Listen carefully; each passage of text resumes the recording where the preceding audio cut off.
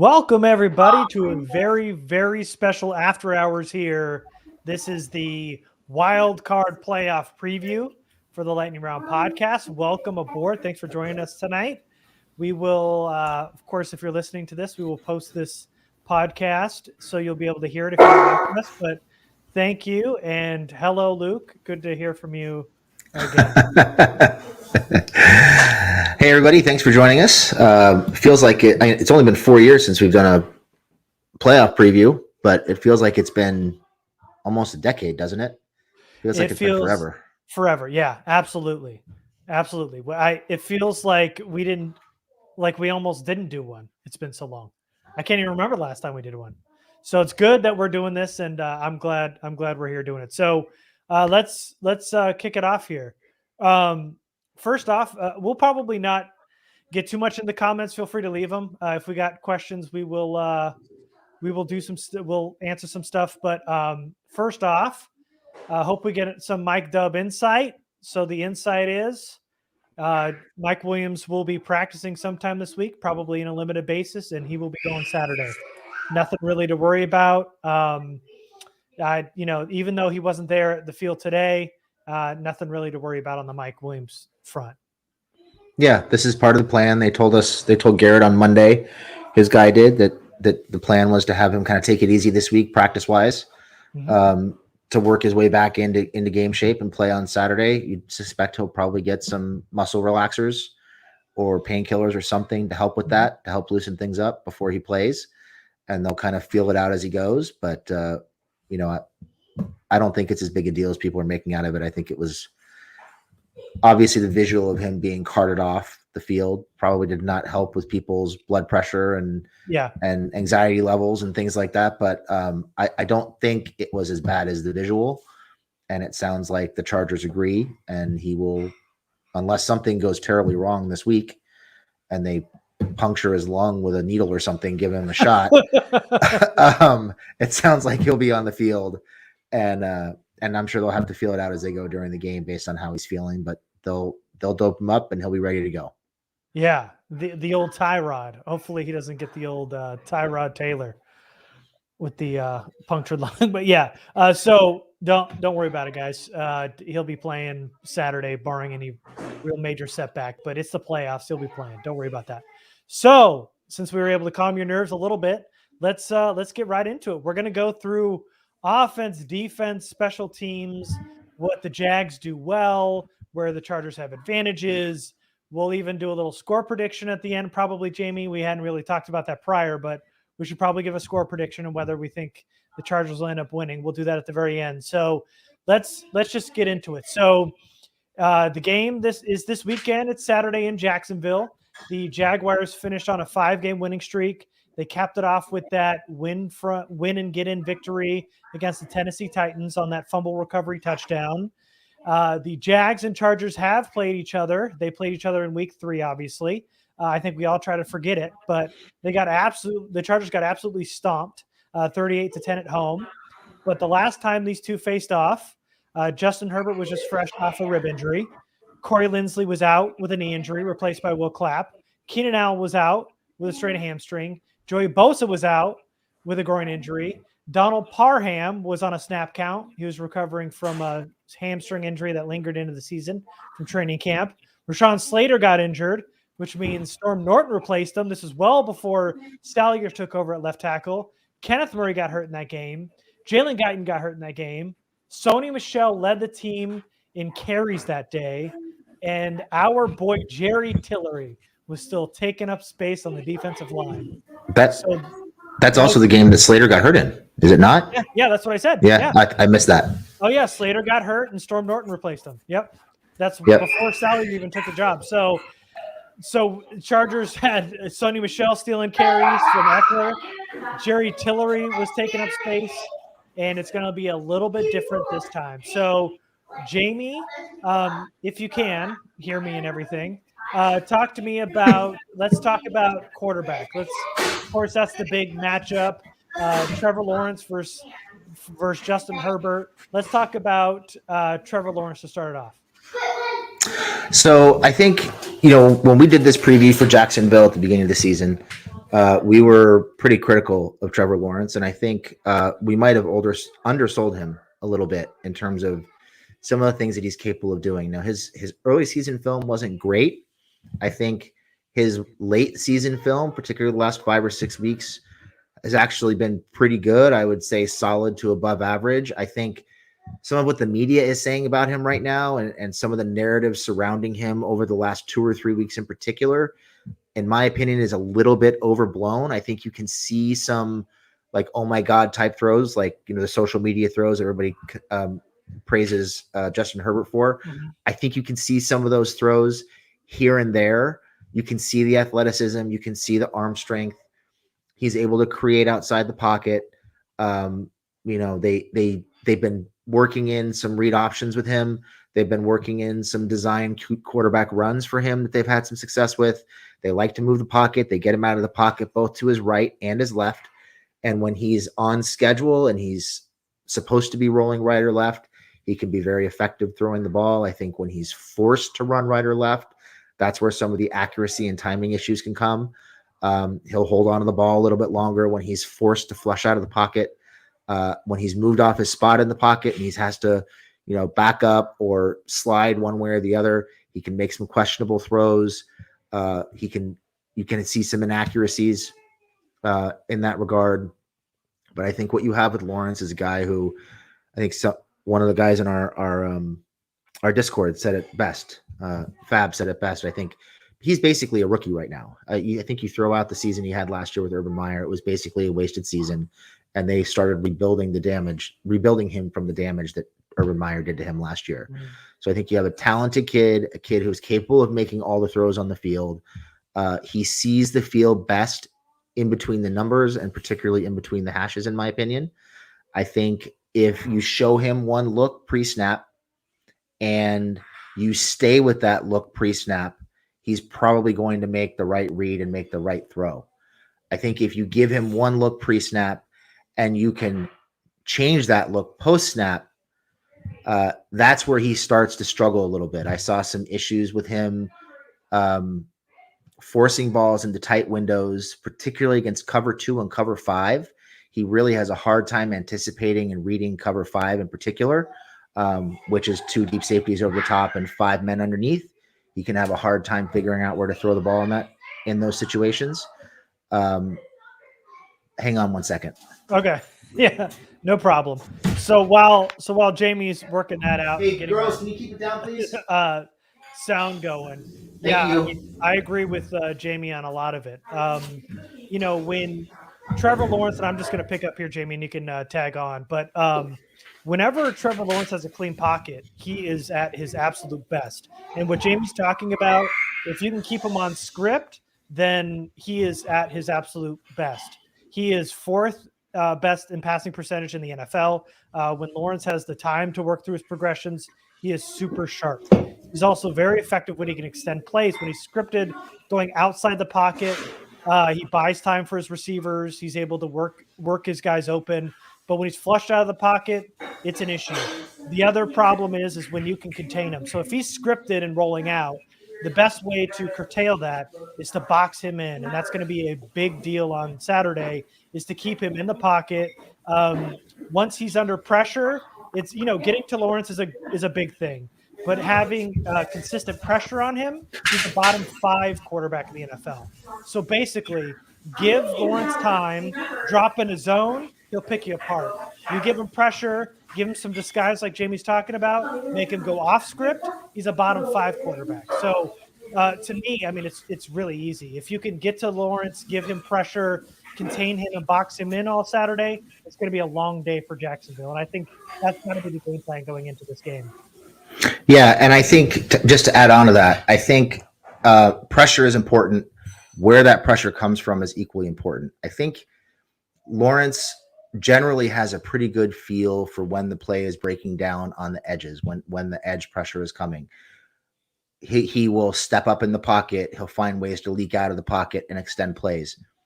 If you get pressure in his face, and there are opportunities to do that against this defensive line, against this offensive line, his eyes drop and he's looking at the rush, and he looks a little bit like a chicken with his head cut off in the pocket. He'll get a little frenetic. You'll see him kind of pump fake and pull the ball down and second guess his reads. He has a hard time getting past one or two reads in those situations when you get immediate pressure up front, inside. So pressure is a huge thing. I think teams, from what I've seen watching the last 5 or 6 weeks, I think teams that have the ability to create edge pressure, but also win at least one matchup inside up front, give the Jaguars offensive line problems, and they give Trevor Lawrence a lot of problems because he is less likely to get the ball out. And a lot of times, if he does get the ball out, it's usually to the wrong place. So he didn't turn the ball over a lot this year, but there were a lot of turnover-worthy throws.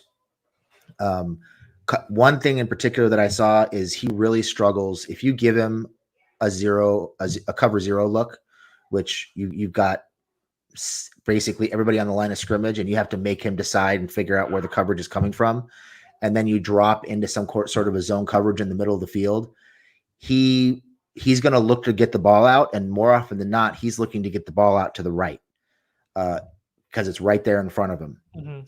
And if you can drop somebody back, even if it's somebody like Bosa or Mac, or maybe it's KVN, drop them back right underneath that slant or that hot route that's coming from the right slot, you're probably going to get a chance to force a couple turnovers because he's going to want to get the ball out, and he's going to want to throw it where he's comfortable throwing it, not necessarily where he should throw it. And he also has a really hard time reading linebackers and slot corners when teams drop into cover 6 and cover 2. That could be a big problem for him. Yeah. So good quarterback, better than when they faced him in week 3. But yeah, man, it's he is good. And I think I agree with you. He's getting he's not really getting the praise that he deserves. And I know a lot of people are going to mention Mike McCoy and the quarterback coach, but we don't have to go there today. But yeah, I mean,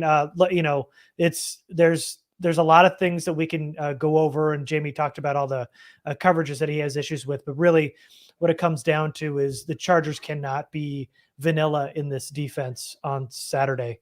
I keep wanting to say Sunday. I'm not used to saying Saturday. In Saturday, I mean, if they go vanilla, drop zone and everything, this is going to be a very, very long game. If they can disguise their looks, if they can get pressure, not only inside, but box them in on the outside, I think you've got a recipe for success. And really, when it comes down to it, you want to make Trevor Lawrence one-dimensional.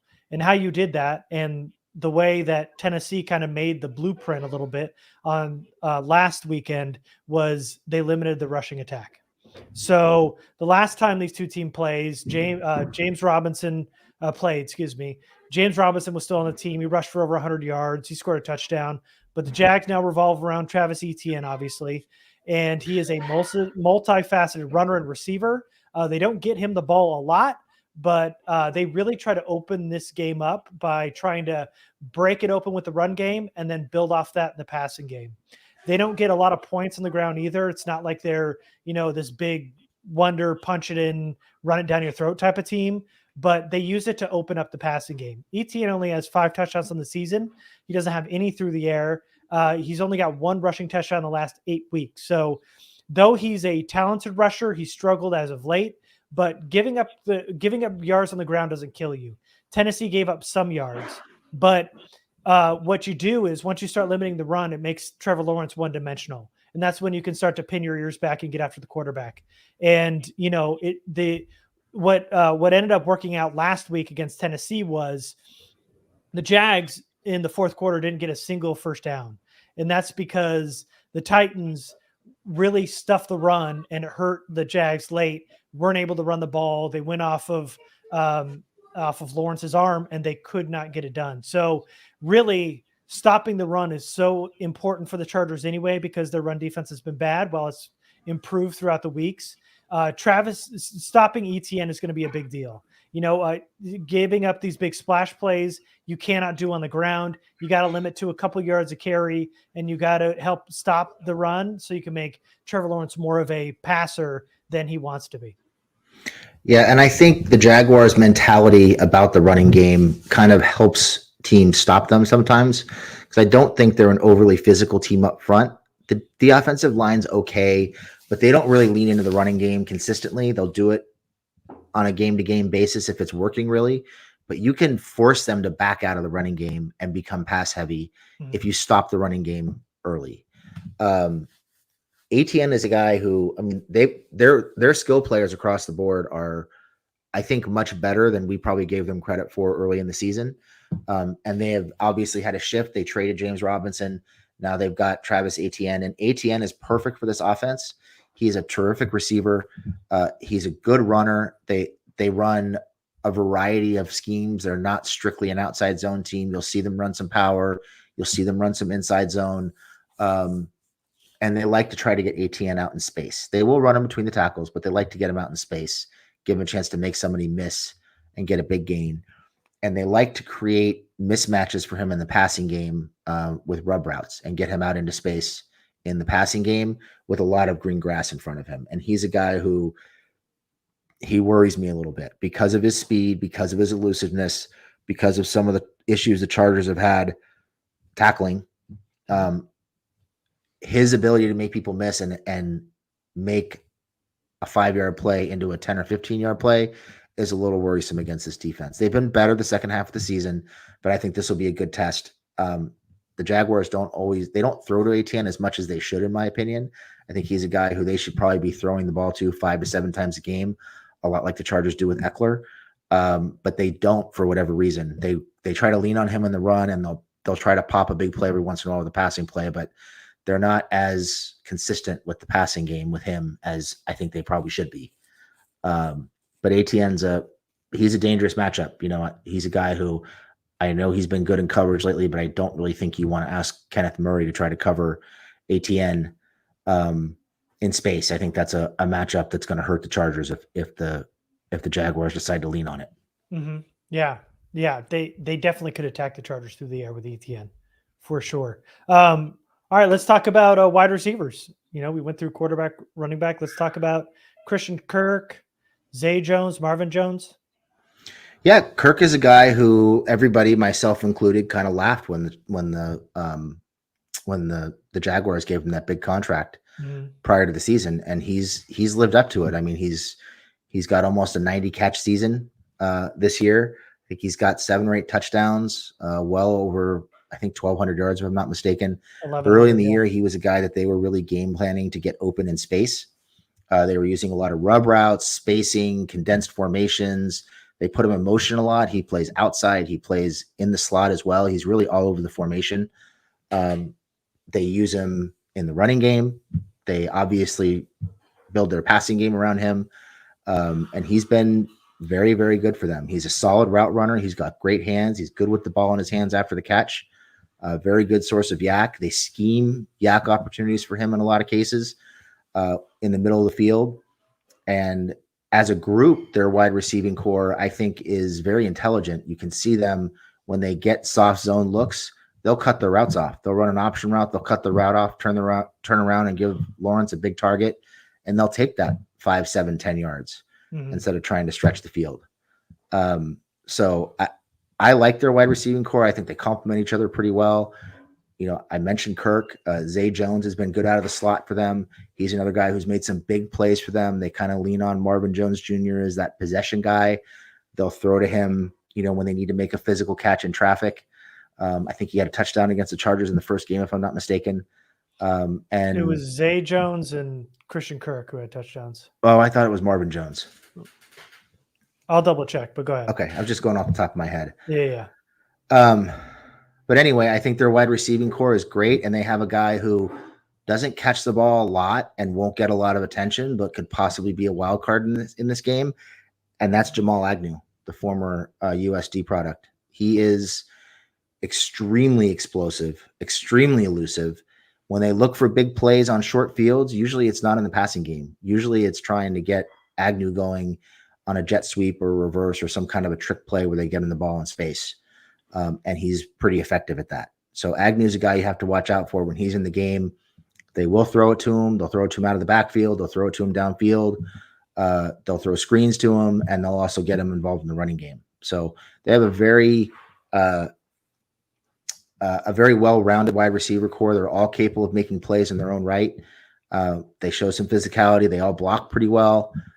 They catch the ball well, and they all make plays at all three levels of the defense. So it's a very solid wide receiving core. And you're right. Marvin Jones did score. It was Christian Kirk, Zay Jones, and Marvin Jones all scored that day.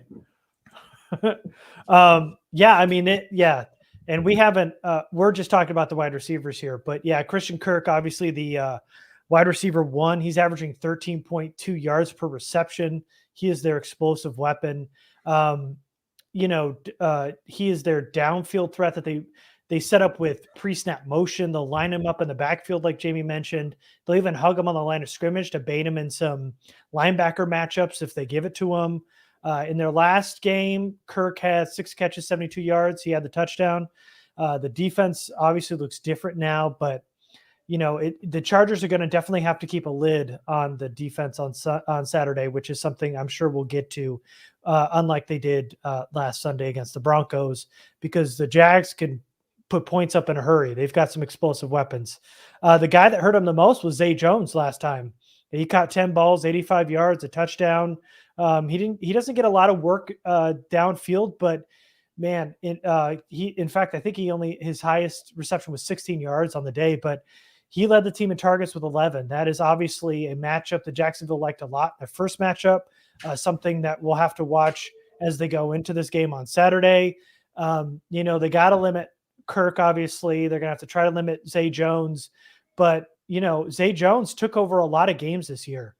Just watching a lot of these Jaguar games, Christian Kirk's getting a lot of the love, but there are games where Zay Jones has multiple touchdown games, over 100 yards. I mean, he could go off in a hurry. So he hasn't done it consistently, but these are some guys that you really have to look out for. Obviously, we talked, you mentioned Marvin Jones as a possession receiver, but Kirk and Zay Jones, there's going to be some guys. It's going to be some tall tasks for these Chargers corners. I'm curious how, I know Michael Davis has been awesome the last couple of weeks. I'm curious how, Asante Samuel Jr. bounces back. He had a pretty bad game in Denver.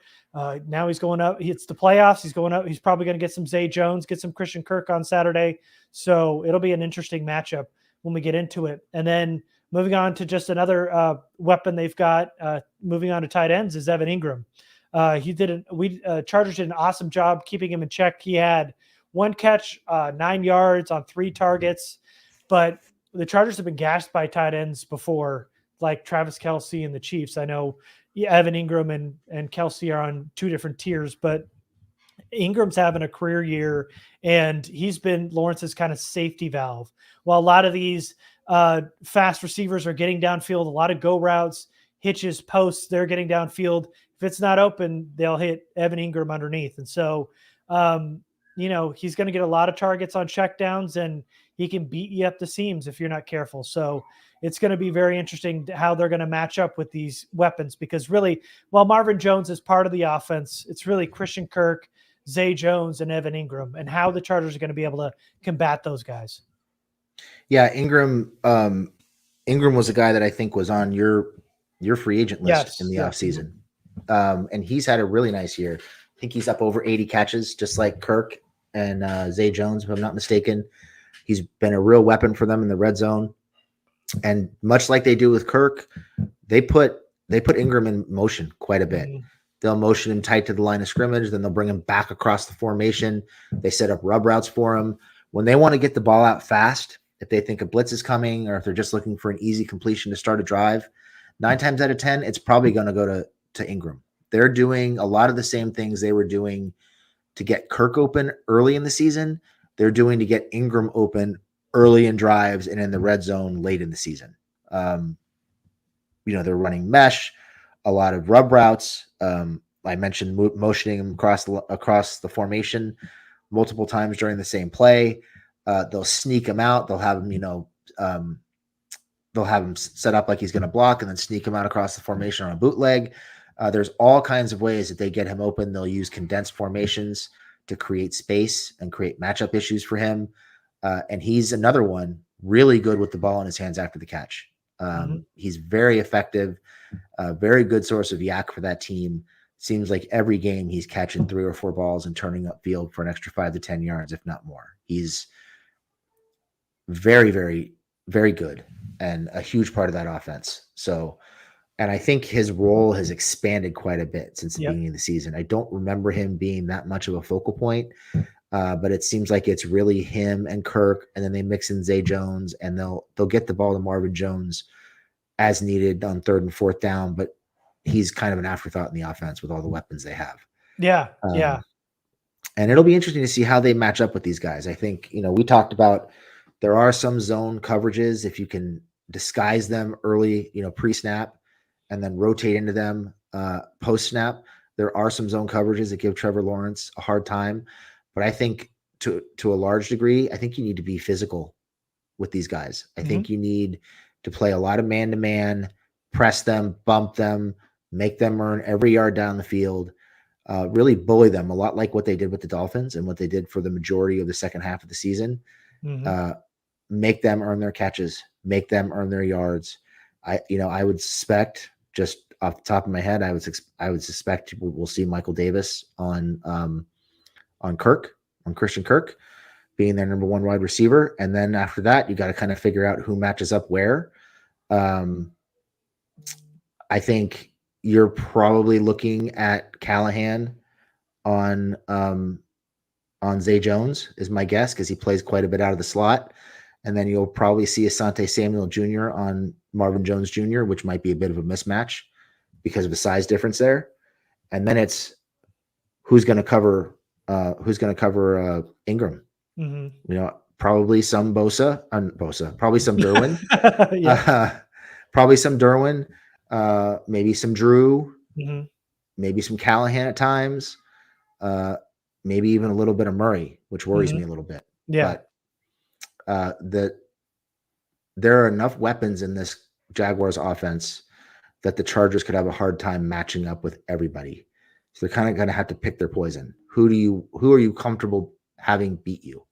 And I think if you can take away Ingram and you can take away Kirk in the passing game, you can kind of live with Zay and Marvin Jones beating you if that's what it comes to.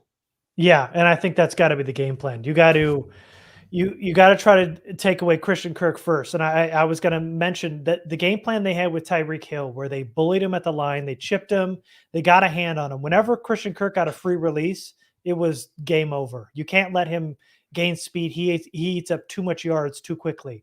And that's how he scored most of his touchdowns. If he's got a free release, forget about it. You're already behind the 8 ball. So that whole game plan of getting a little chip at the line with a Drew or a Kenneth just to impede his path a little bit, and then give your pass rushers just an extra second to get after Trevor Lawrence, that's the way to beat this team. If you can slow down Christian Kirk like you did Tyreek Hill, where you're bracketing him over the top, you're chipping him at the line of scrimmage, that's how you attack Christian Kirk. Once you look at Evan Ingram, I know that with Travis Kelce, DJ matched up with him a lot. I don't think it's going to be that close where you got to put Derwin James on him every snap, but I think you put some Derwin James on him. I think you mix in Bryce Callahan and you mix in some Drew Tranquil. I don't want to see Kenneth Murray there, quite honestly, unless he's in some kind of zone, but I think that's where you got to go with Evan Ingram. And then after that, if you could put Zont on Zay Jones, you just go, hey, if Marvin Jones can beat you, then that's tip the cap to the Jaguars, because basically if you can try to take away Kirk and Ingram and then do what you can to limit Zay Jones on Zont, then after that you kind of just you just go, okay, well, if you get beat by Marvin Jones, you get beat by Marvin Jones. But that's got to be the game plan, and that's kind of what I was gonna get at here in a little bit. I mean, having that too high shell is going to be important. They did it all week. That too high safeties helps limit the big plays. It didn't against Denver. That whole game was off. We're throwing that away. But being able to keep the top on the defense is going to be huge. You can't let them get behind, because really this offense, and Jamie had texted me this earlier, and it's so easy to see, and it's so apparent that this team lives off those short fields. When Agnew can return a good return on a kickoff, which we'll get to special teams, when he can get an interception or a turnover, if they can get a big play one time and shorten that field and get inside the 40, that's when they start killing you. you can't give up those big plays. And so those two high safeties are going to be huge. And then I mean, quite honestly, it's a pretty good matchup for the Chargers. I think they match up pretty well across the board. I think there's one outlier, and that's probably Marvin Jones. And if he beats you, then I'm totally okay with it. But for me, the keys on Saturday, we talked about Lawrence. Keep him in the pocket if you can. Make him go off script when he's under pressure. He's bottom 5. Get pressure on him. Keep him contained. Make him get off script. Stopping the run is nice, but limit those big plays. If you can get it to 2 to 3 yards per carry, like Tennessee did, you make them one-dimensional. And like Jamie mentioned, you can take Jacksonville out of the run game pretty easily. So if you could take him out of the run game, make Trevor Lawrence pass it more than he wants to. And then after that, it's limit the splash plays downfield. They depend on those chunk plays. If you keep the top on the defense, cleaning up from last week versus Denver, make them march down 80, 70, 90 yards, then they're going to not be able to do that more times than not. So to me, those are really the keys for the Chargers defense. Yeah, no, I think that's a pretty good synopsis. This Jaguars offense, even though they have all these playmakers, they're really not built for long, sustained drives. Something's going to happen to derail a drive. They might have a penalty. They might give up a sack, a bad throw, a couple busted runs where Etienne gets tackled in the backfield. Something always happens to stall their long drives. Yeah. What fuels their offense really is turnovers. Turnovers, big returns, and big plays. I think, if I'm not mistaken, they're like 5th or 6th in the league in total explosive plays of 20 or more yards this season. So they're looking for chunks. They're looking for quick, explosive scoring drives. They're not patient enough to stick with the running game. They're not patient enough to complete 4 and 5 yard passes. They're looking to hurt you deep. And I think that mentality can stall out drives. And I think you can also, like I mentioned earlier, if you can mix your coverages up, if you can give Lawrence one pre-snap look and a different look post-snap, he's probably going to make a mistake or two. I think that you also have an opportunity to, if not force a turnover, maybe get to him and hit him a little bit and rattle him, and give him some happy feet in the pocket a little bit if you can get to him early. Make him second guess his reads. Make him pull the ball down. Make him go through 3 and 4 reads instead of 1 or 2. Don't let him get the ball out right away. The only time you really want him to get the ball out right away is against the blitz, because he's probably going to throw it to the wrong spot. Yeah. Yeah. And this offensive line, which we didn't mention, like you said, just a bunch of big dudes. Brandon Scherf having a pretty good year, but outside of that, nobody's really shining or playing really above average, to be honest with you. It's an average line in my mind. And even though they don't give a bunch of sacks, getting pressure is the most important thing in this game. Obviously sacks matter and they count, but getting pressure in Trevor Lawrence is always a recipe for success. And if you can rattle him early and get hits on him early, sack him early, Jamie's absolutely right. He'll have happy feet, and that's when that team just goes downhill. Tennessee started to get to Trevor Lawrence early, and then eventually it started to pay off late, and they started to just go after him as much as they could, and Jeffrey Simmons started to tee off, and they couldn't get a first down in the fourth quarter. So that's huge for the Chargers. Yeah, I think in that last Tennessee game, you could really see him missing throws that you would expect him to make, overthrowing guys down the field, throwing the ball out of bounds because he wasn't comfortable. Yeah, and I think while the physical side is there for him, the athleticism, the arm strength, the mental side, read the football IQ, while it's pretty good, still has ways to go. And I think you could take advantage of that if you're able to get to him early and you don't let him get the ball out to his first or second read. All right, let's move on to defense. Since the Jaguars came off their bye week in week 12, the Jacksonville defense has been 6th in the NFL in EPA allowed per play and 10th in the NFL in EPA per dropback. Also, for context, he's played for against a lot of bad quarterbacks. Tennessee twice, the Jets, and a bunch of other bad quarterbacks. Detroit, who hung 40 on him. Yeah. Dallas, who turned the ball over like 4 times. Yeah. So I actually think, and Chargers fans might not like me saying this, but I actually think that there are a lot of similarities offensively and defensively between these two teams. The Jags offense has a little bit, they have more success creating explosive plays, which is the biggest difference. They're much faster and much more explosive than the Chargers. They're faster on defense than the Chargers are. But in terms of the way they play and in terms of the way they succeed, very similar. And I think a lot of the reasons they succeeded in the second half are very similar. They both faced weak schedules down the stretch. So we don't really know, in my opinion, what the Jacksonville defense is right now. And I'm not entirely sure that we know what the Chargers defense is right now, because we haven't seen either team play a good football team in 6, 7, 8 weeks.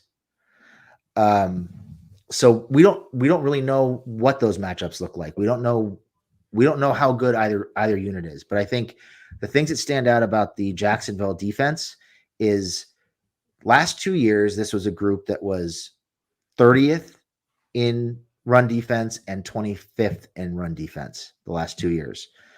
They brought in a bunch of defensive linemen, and they spent a lot of draft capital and free agent money upgrading the second level of their defense with their linebackers.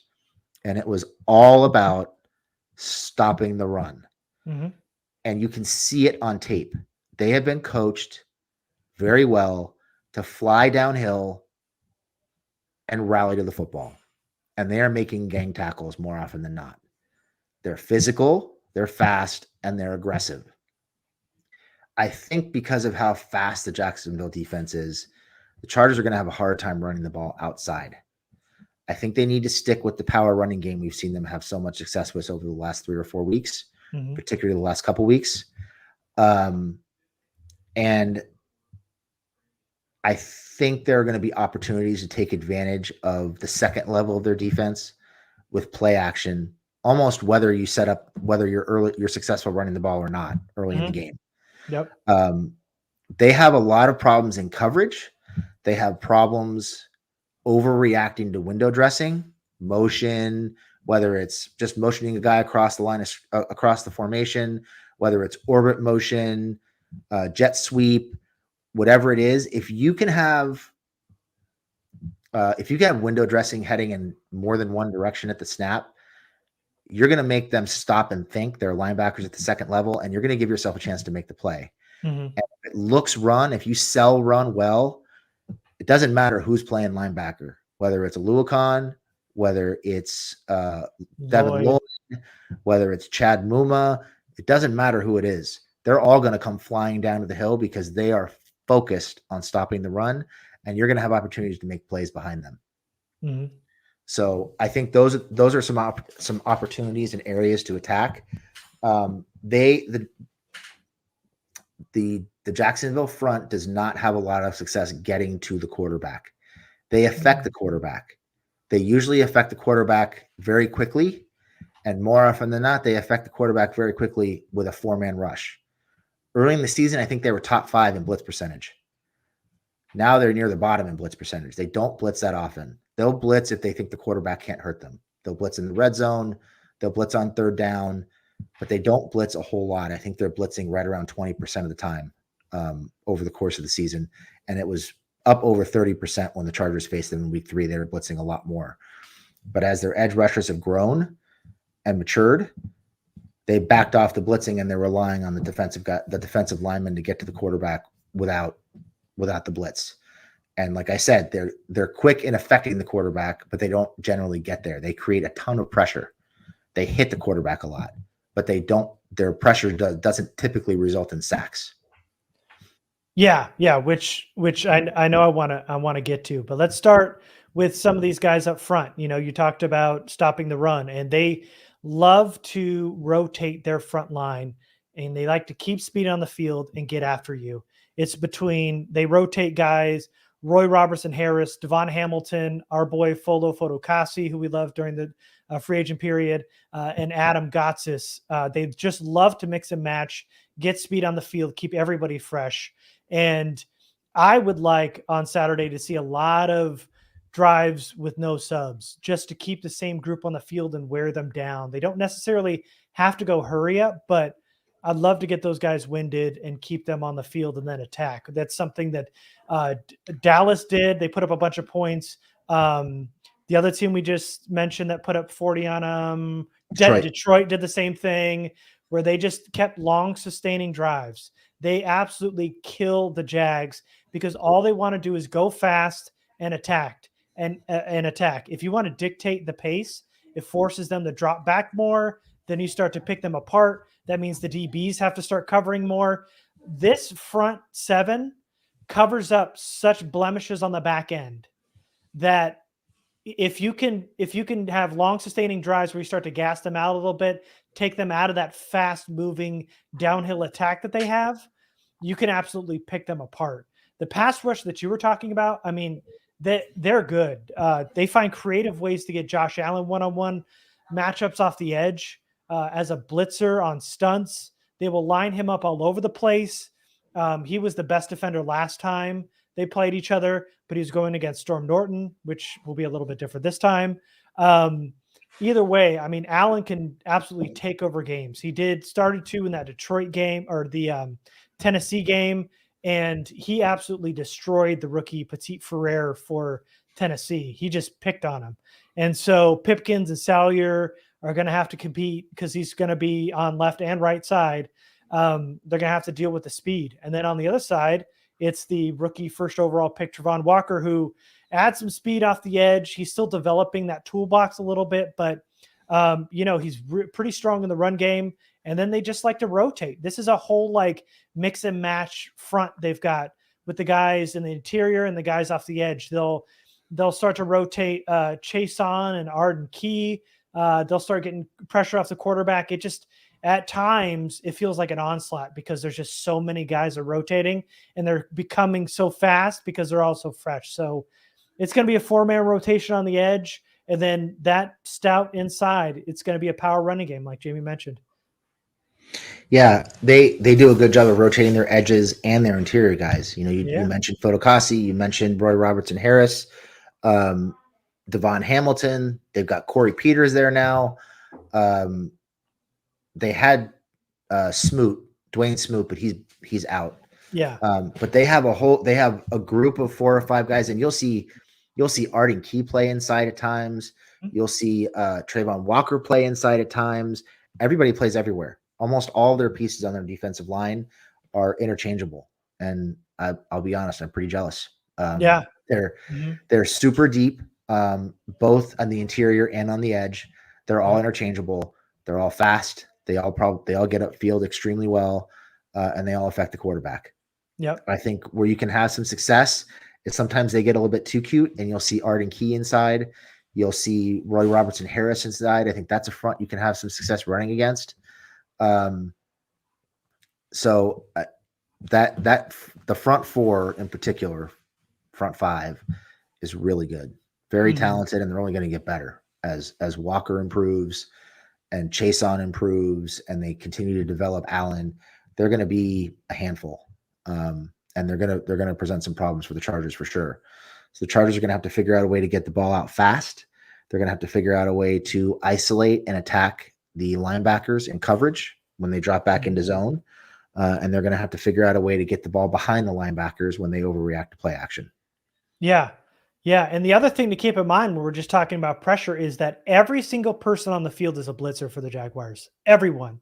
Anybody on defense has the ability to get after the quarterback. Corners, safeties, linebackers, they're all coming at some point. And what they do well, like Jamie mentioned, and just to his point, is they get pressure. Their guys are athletic at each level. They send guys from different spots to get after the quarterback. They try to speed up your clock, and they try to get you to get the ball out quickly, which is what Jamie's talking about. That way, the guys on the back end can just drive on the football. That's all they can really do. Read and react quickly. It's not, if they've got to stay back in coverage and think about it, forget about it. It's one click and close for these DBs. That's how they're able to get turnovers, and the front seven helps them do that. They don't get a lot of sacks. They are bottom 7 in the NFL in bringing the quarterback down. They only had 35 on the year. So they are bottom 10 in getting sacks, but they will get pressure. So for the Chargers, everyone's going to have to pitch in, especially the guys in the backfield. Eckler, Joshua Kelly, whoever's playing in the backfield, they're going to have to start picking up those DBs. They're going to have to pick up the linebackers because they're going to be coming downhill and they're going to be coming fast, and they're all going to be coming at some point. So not only are you going to have to maybe add some guys to different sides if Josh Allen's starting to wreck shop a little bit with some of these tackles, but you're going to start seeing DBs, corners, safeties, and linebackers just coming downhill, and you're going to have to give Herbert some time. Yeah, and I think another thing they're going to have to do, the Chargers are going to have to do, is, we've seen the screen game. We've seen a lot of passes behind the line of scrimmage to Eckler and to all the receivers, really. Mm-hmm. This is a group, because the linebackers, they have a tendency to get caught flat-footed peeking into the backfield, and they have a tendency to overreact to play action, like I've mentioned a couple times. This is a group that struggles covering running backs out of the backfield at times. Mm-hmm. You'll see chunk plays in just about every game where you'll run play action, the running back will come up, sell a block, he'll leak out, nobody will pay attention to him. It's an easy pitch and catch for 10 or 15 yards, if not more. Yep. And I think you can run double moves with Eckler in particular out of the backfield, maybe get some wheel routes going up the field, some angle routes in the middle of the field. This linebacker group is very prone to letting wide receivers cross their face very easily in zone coverage.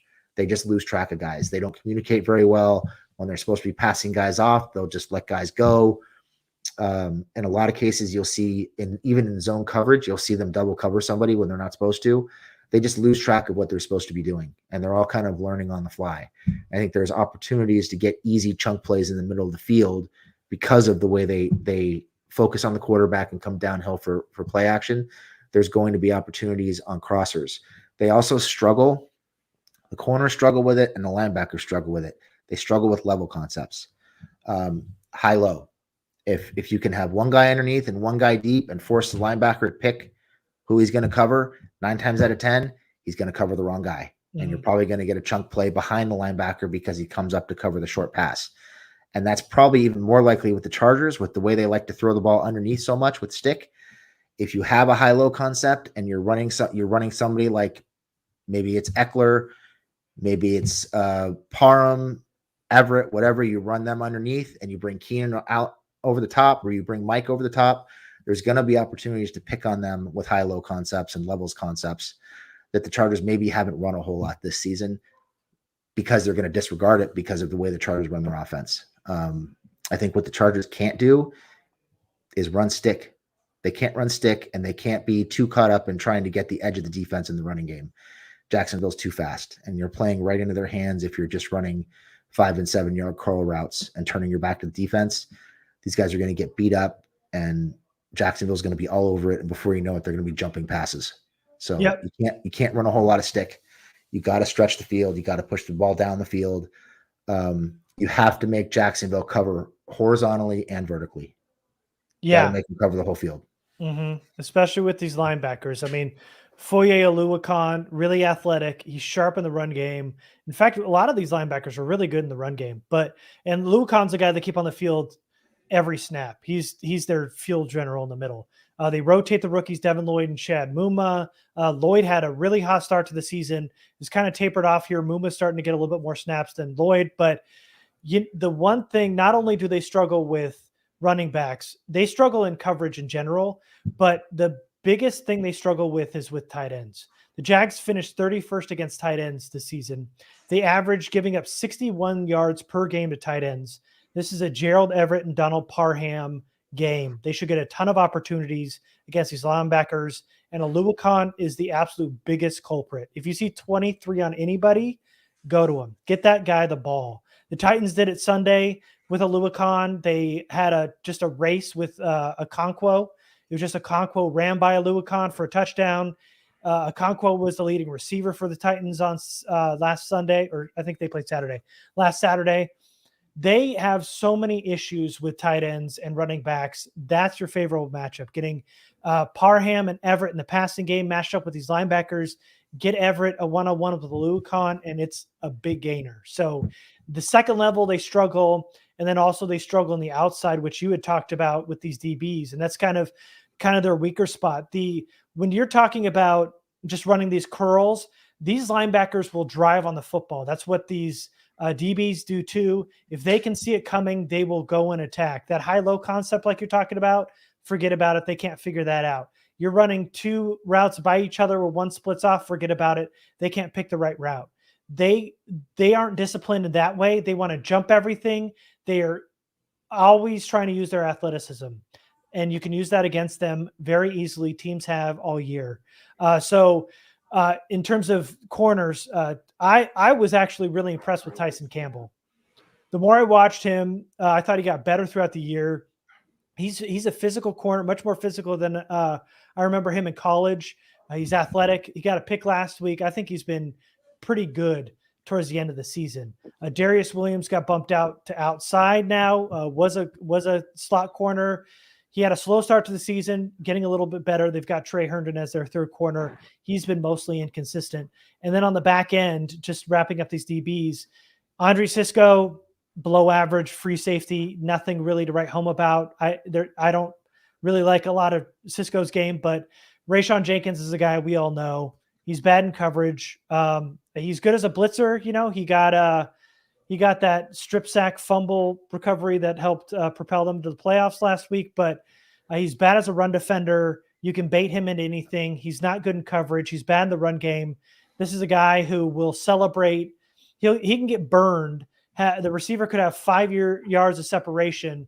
The quarterback could overthrow him, and Rayshawn Jenkins will be dancing on the field. He wants to celebrate anything. He's overly physical. He'll jump everything. That a lot of play action is going to work on Saturday if you can get these wide receivers to the second, third level matched on these corners and DBs and these safeties. This is kind of their weak spot of their defense. They're very, very good up front. They've got really good pass rushers. They've got athletic linebackers that can really get after it in the run game. But then the DBs struggle, and if you give Herbert enough time, he can absolutely go at these guys. Yeah, I think you mentioned Cisco and you mentioned Rayshawn. The other guy that I would attack anytime he's on the field is Andrew Wingard, who does not look terribly athletic. He doesn't look like he's terribly instinctive. I think you can pull him out of position. They'll use him as a blitzer on every once in a while. Their back end is a lot like their front seven, particularly their defensive line. Their safeties are pretty much interchangeable. They'll rotate Jenkins and Cisco and Wingard through both safety positions. They'll walk all three of them down into the box. All three will play in the slot at times.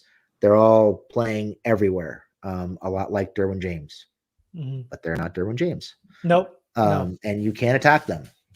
And the other big issue this defense has, because they're so fast, because they fly to the football as well as they do, they have a tendency to take bad angles, and they're among, I think they're top 5 in missed tackles as a team, as a defense this year.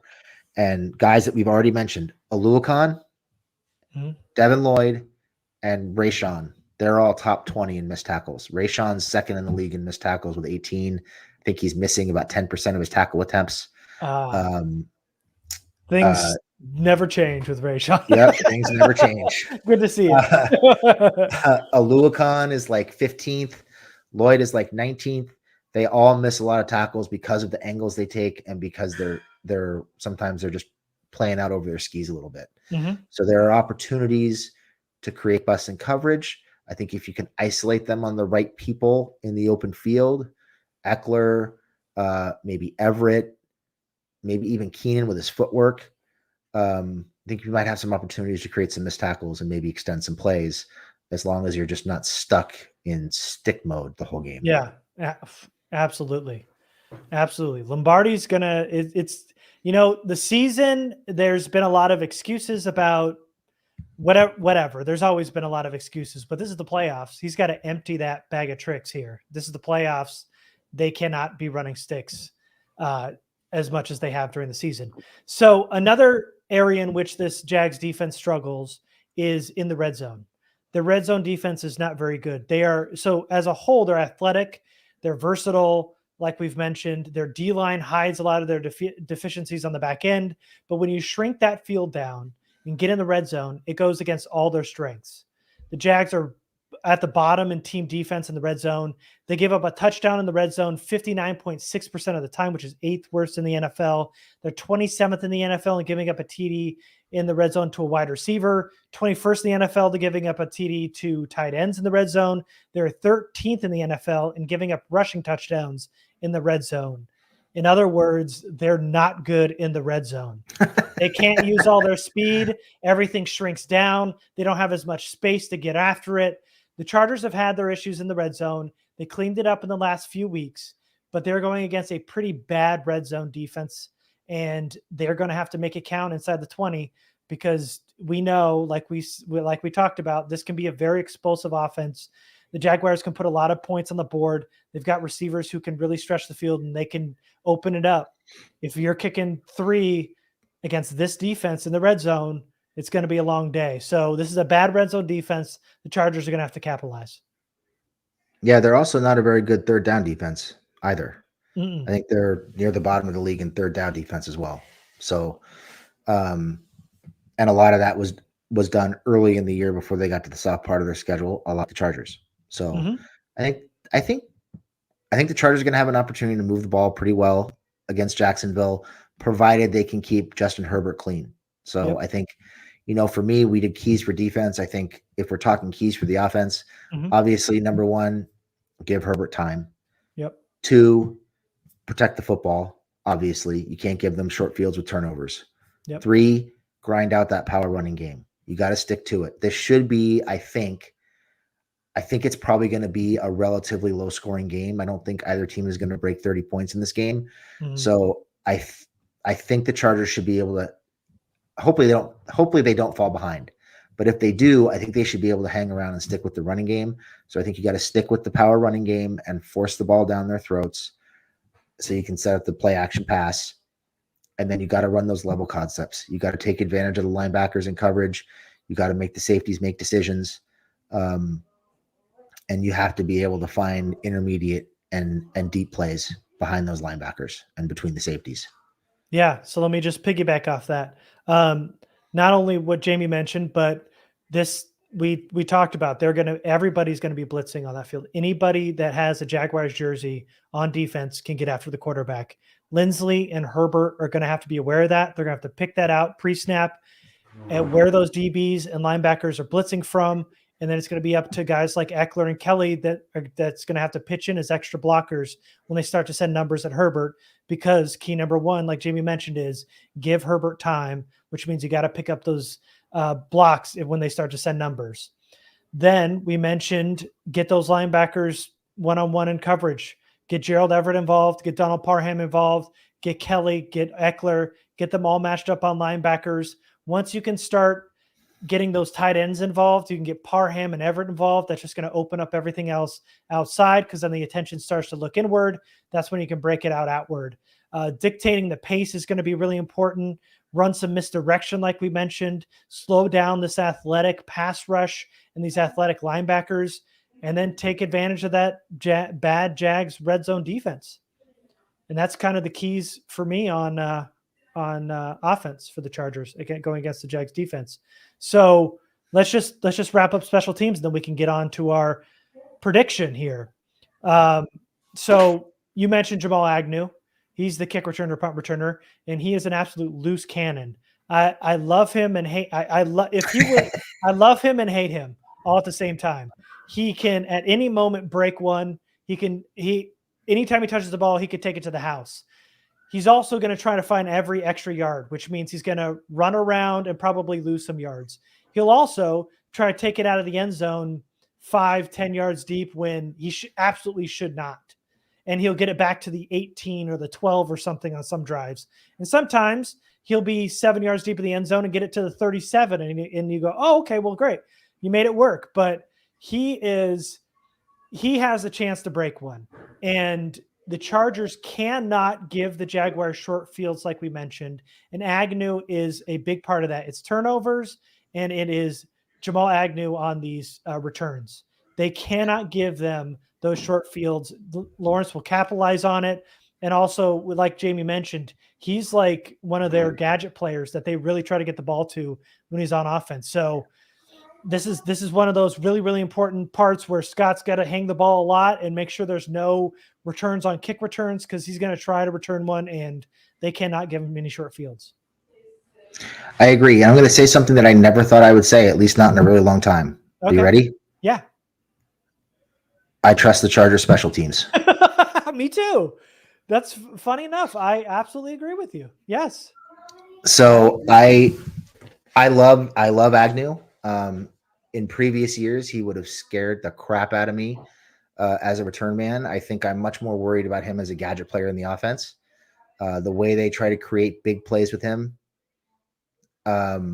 This JR Fly guy keeps changing his score for the game, by the way. That's his second score prediction in the last 2 minutes. Oh, he's making score predictions? Okay, all right. Go ahead. But I'm much more concerned about the way they create big plays in the running game and the passing game with him than I am with anything he's going to do in the return game, just because I really feel like the Chargers special teams is better than it's been in a long time, and I think they'll have a plan for him. Yeah. Yeah, I'm not too worried about it, but man, is that going to be a pretty interesting. It's going to be a point of contention when they're in the film room for sure, because they just absolutely have to stay disciplined and not let him get any big returns. So, all right, Jamie, let's talk about the result. Let's do our prediction. Do the Chargers win this game? What's the score? How does this shake out? I've gone back and forth on this. I think the Jaguars are better than most Chargers fans give them credit for being. I am a little concerned about Doug Peterson having a second crack at scheming against Brandon Staley's defense, although the defense has been much better down the stretch, and I think the game planning has been much better than it was early in the season. I'm going to go with the Chargers win. I think it's going to be tight. I think it's going to be one score, most likely. And I have a feeling the Chargers might have to come from behind to win this game. I'm going to go 27-23 Chargers. Okay. All right. Yeah, I've gone back and forth on this a lot, and I think this is going to be a lot closer than a lot of Charger fans want to admit. I know Jaguars were the team a lot of people wanted in terms of all the teams available in the playoffs, but this really kind of is two teams that are a lot like each other in certain aspects. I mean, the Chargers, struggled to stop the run. They're pretty good on the back end, and the Jags are like the opposite. They stop the run really good, struggle on the back end. They both have the offense to put up points. They both have the ability on defense when they're at their best to make it really tough for the other team. They match up pretty good together. I think it's going to come down to who's got the best game plan. And I know that sounds generic, but because they're so close, and I think the score is going to be so close, it's going to be who's got the best game plan out the gate, and then who's going to adjust afterwards, because really, I think they're pretty evenly matched. Peterson absolutely coached circles around Staley the first time around. In week 3, I think Staley has improved during the season and has gotten better. So while it does scare me having Peterson, have this extra time to scheme, because I think he's a very good head coach, I think the Chargers take this one on the road too.